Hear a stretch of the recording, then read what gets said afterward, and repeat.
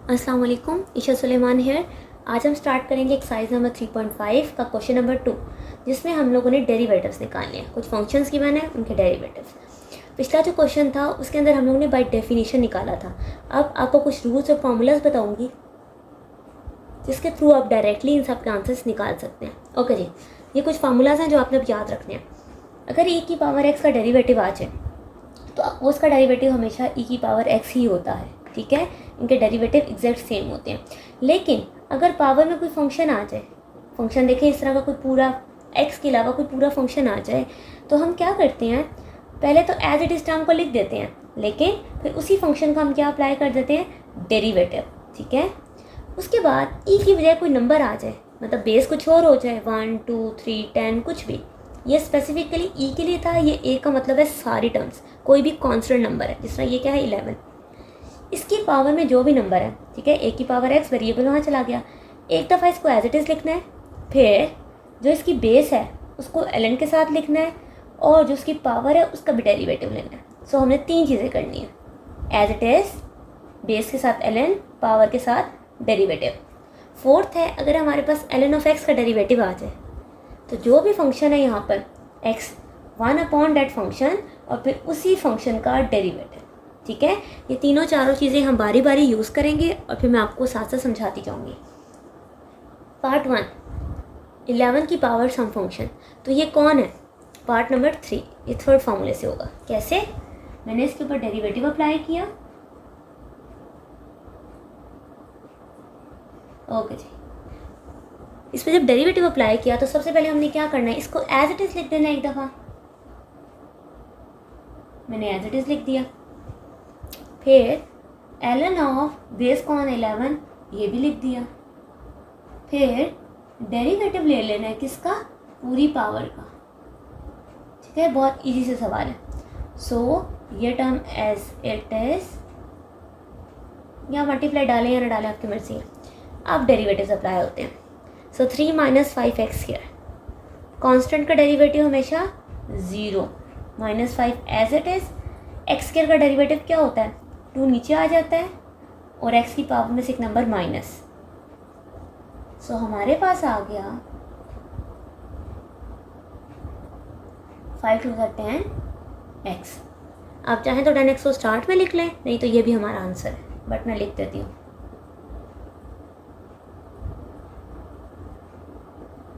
So this is our required answer. अच्छा, थोड़ा सा इसमें एरर था कि मैंने पावर क्या लिख दिया 2, जबकि पावर 4 है। सो जहाँ जहाँ पर 2 है हम वहाँ पे 4 कर देंगे। अब देखें, यहाँ पे 4 नीचे आएगा और 4 में से एक नंबर माइनस होगा। 4 - 1 कितना होता है, 3, और 5 4 जा 20। ठीक है, पैटर्न वही है, बस वैल्यू उतारते हुए एरर था। मैंने एक्स स्क्वायर लिख दिया जबकि एक्स की पावर 4 थी। पार्ट बी, ई की पावर √x -5। तो ये कौन सा फार्मूला है, फार्मूला नंबर 2, ई की पावर में कोई फंक्शन आ गया। ठीक है, तो हमने सबसे पहले एज इट इज़ लिखना है और फिर फंक्शन का डेरिवेटिव। तो जब मैंने इस पर डेरिवेटिव अप्लाई किया, ठीक है, तो मुझे ये पता चला कि एक दफ़ा इस टर्म को एज इट इज़ लिखना है और फिर इसी टर्म का डेरिवेटिव भी ले लेना है। ओके जी, डेरिवेटिव जब मैं लेने लगी उससे पहले मैं इसकी पावर लिख लूँ। अंडर रूट किसे कहते हैं, 1/2 को।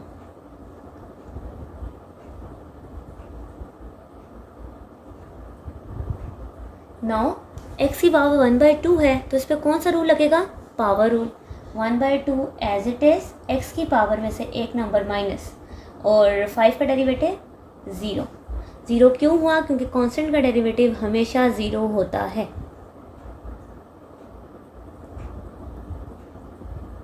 और 1/2 में से -1 चाहें तो -1/2। So this is our required answer. ठीक है,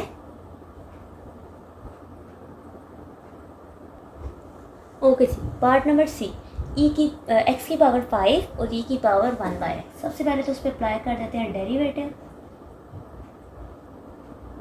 नाउ अब डेरिवेटिव कैसे होगा कि ये दोनों फंक्शन आपस में क्या हो रहे हैं, दो फंक्शन अगर आपस में मल्टीप्लाई हो रहे हैं तो हमारे पास कौन सा रूल होता था, प्रोडक्ट रूल।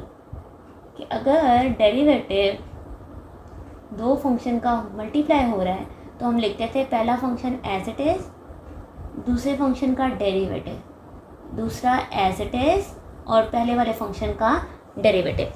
तो यहाँ पे अप्लाई करके देखते हैं। x की पावर 5 एज इट इज़ और डेरिवेटिव हो e की पावर 1/x प्लस e की power 1/x as it is, derivative हो x की पावर 5। अच्छा जी, e की पावर 1/x तो ये फंक्शन वाला आ गया। सबसे पहले इसको लिखना होता है एज इट इज़ और डेरिवेटिव लेना होता है फंक्शन का, ठीक है। प्लस x की पावर 5 का डेरिवेटिव क्या होता है हमारे पास, पावर रूल लगता है, 5 एज इट इज़ x की पावर 5 - 1। नाउ इसको सॉल्व करने के लिए इसकी मैं ऊपर वैल्यू ले जाती हूँ -1, ओके। 5 x की पावर 4 e की पावर 1/x। नाउ यहाँ पर कौन सा रूल लगेगा, अगेन पावर रूल। सो 1 -1 नीचे आ गया, x की पावर में से एक नंबर माइनस हो गया, तो मेरे पास क्या आ गया, -x की पावर 5 e की पावर 1/x और x की पावर -2। नाउ इन दोनों के अगर बेसिस सेम है तो इनकी पावर्स क्या हो जाएंगी, ऐड। तो 5 - 2 कितना हो गया, 5 - 2 3। अब चाहो तो e की पावर 1/x और ये टर्म्स कॉमन करके भी लिख सकते हैं, नहीं तो ये भी हमारा रिक्वायर्ड आंसर है, बट स्टिल कॉमन ले लेते हैं। e की पावर 1/x और x की पावर 3 कॉमन आ गया। यहाँ क्या रह गया, -1, यहाँ पर रह गया 5 और x। सो ये भी हमारा आंसर है, आप इसको भी आंसर कंसिडर कर सकते हो। Part number D, f of x is equals to e की power 2x divided by e की पावर -2x + 1। दो फंक्शन अगर डिवाइड हो रहे हों तो जब उन पर डेरिवेटिव लेते हैं तो क्या होता है, अगर मैं यहाँ पे लिखूँ d/dx ऑफ, मुझे अगर इस पर डेरिवेटिव लेना है तो दोनों फंक्शन आपस में डिवाइड हो रहे हैं तो कौन सा रूल लगता है, कोशेंट रूल, यस कट। तो हम इस पर कोशेंट रूल लगाते हैं, वो ये होता है नीचे वाले टर्म का स्क्वायर, फिर वही टर्म यहाँ पर एज इट इज़, अब जो ऊपर वाली टर्म होती है उसका डेरिवेटिव, फिर माइनस ये टर्म एज इट इज़ और पीछे वाली टर्म का डेरिवेटिव, ठीक है। ये आप क्वेश्चन टूल अभी पीछे एक्सरसाइजेज में डिटेल में पढ़ के आए हैं, ओके जी। ये टर्म तो हमारी एज इट इज़ आ गई। e की पावर 2x अगर डेरिवेटिव लेना है तो e की पावर 2x तो एज इट इज़ आती है और डेरिवेटिव किसका आता है, पावर का। e की पावर 2x, यहाँ पर देखें e की पावर -2x है ना, तो जब मैं इसका डेरिवेटिव लूँगी तो क्या हो जाएगा, e की power -2x as it is, derivative of -2x और +1 का derivative 0। This whole term is divided by इस टर्म का स्क्वायर, ठीक हो गया। अब यहाँ पर हमारे पास है e की पावर 2x। अब बताएं 2x का डेरिवेटिव क्या होता है, सिंपल 2। तो अगर मैं 2 पहले लिख लूँ, 2 e की पावर 2x इस तरह से आ गया, माइनस e की पावर 2x, -2x का डेरिवेटिव -2, -2x।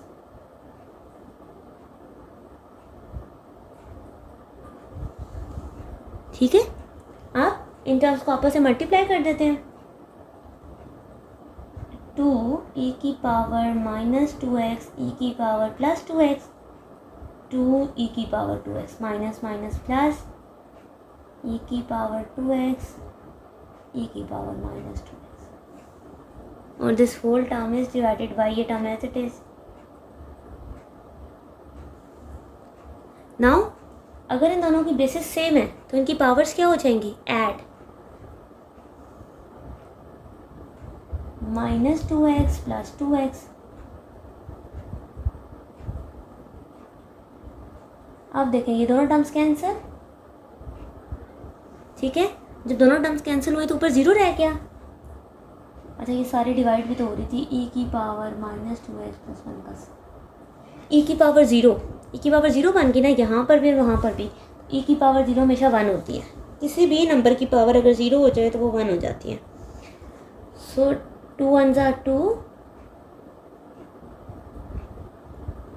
ये 2x है, ठीक है, और वहाँ पर भी सिंपल 2 रह गया, ये ऐसे मैंने लिखा। अच्छा 2 और 2 कितने हो गए, 4 प्लस 2 e की power 2x divided by e की पावर माइनस 2x प्लस 1 का होल स्क्वायर, ये हमारा रिक्वायर्ड आंसर है। आप चाहो तो ऊपर से 2 कॉमन भी ले सकते हो, but this is our required answer. Part number E, ln of e की पावर mx माइनस e की पावर माइनस mx। सबसे पहले तो मैंने इस पर क्या अप्लाई कर दिया, डेरिवेटिव। जब डेरिवेटिव लिया e की पावर mx e की पावर माइनस mx, ठीक है। अब अगर देखें तो ln का क्या हमने फंक्शन पढ़ा है कि इसके साथ जो भी टर्म है 1 अपॉन दैट टर्म और फिर उसी टर्म का डेरिवेटिव। तो देखा जाए तो 1 ओवर e की power mx as it is आ गया, और फिर डेरिवेटिव ले लेना है इसी सारे टर्म का, ठीक हो गया। अब ये टर्म तो एज इट इज आ गई, e की पावर mx का डेरिवेटिव लेना है, तो हमारे पास ये रूल है कि e की power mx as it is लिख लो और फिर डेरिवेटिव ले लो उसकी पूरी पावर का, एज इट इज लिख लो और डेरिवेटिव ले लो उसकी पावर का, ठीक है। तो हमारे पास क्या आ गया, यहाँ पर mx का डेरिवेटिव क्या होता है, x के साथ जो नंबर होता है हमेशा वही डेरिवेटिव होता है, m बाहर आ गया, e की पावर mx, इधर mx का डेरिवेटिव क्या है, माइनस m, सो माइनस और माइनस प्लस, ठीक है। इन दोनों में क्या चीज़ कॉमन है, m कॉमन ले लिया, e की पावर mx प्लस e की power minus mx divided by e की पावर mx e की power. So this is our required answer. हम चाहें तो इसे tan की फॉर्म में क्लोज भी कर सकते हैं, क्योंकि मैंने आपको tan हाइपरबोलिक का फार्मूला पढ़ाया था कि वो क्या होता है, e की पावर x प्लस e की power minus x, same term. वैसे आप ये भी आंसर लिख सकते हो, बट स्टिल हम इसको लिख सकते हैं tan हाइपरबोलिक mx, ठीक है। सॉरी, tan में ऊपर नेगेटिव आता है और नीचे पॉजिटिव आता है, सो tan नहीं है, ये 1 अपॉन tan होता है कॉट, तो ये कॉट है, cot hyperbolic mx। Part number है हमारे पास है y is equal to e raise to power ax minus e raise to power minus ax divided by e raise to power ax plus e raise to power minus ax, ठीक है। तो हमने इस पर क्या अप्लाई करना है, derivative. So let's apply the derivative. So dy by dx of dy by dx of term as it is आ गई। अब अगर आप देखें तो दो फंक्शन आपस में क्या हो रहे हैं, डिवाइड। अगर ये डिवाइड हो रहे हो तो इस पर कौन सा रूल लगता है, क्वोशंट रूल। हम इस पर क्वोशंट रूल लगाते हैं, e की पावर ax प्लस e की पावर माइनस ax का होल स्क्वायर, फिर यही टर्म एज इट इज आ जाएगी और डेरिवेटिव आ जाएगा ऊपर वाली टर्म का,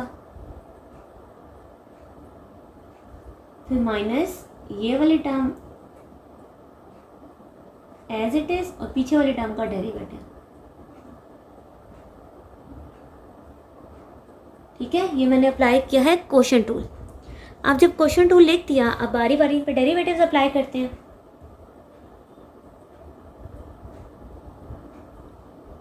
ना e की पावर ax ये आ गया, तो e की power ax as it is और डेरिवेटिव किसके लेना है, पावर का। पावर कौन है, ax, साइड पर ही डेरिवेटिव पावर का लेके देख लेते हैं। ax का डेरिवेटिव ही a होता है, सो मैंने साथ a लिख दिया, ठीक है। अब अलग से स्प्लिट करके नहीं लिखा, माइनस e की power minus ax as it is और माइनस ax का डेरिवेटिव लेंगे तो माइनस a ही आएगा, ठीक है।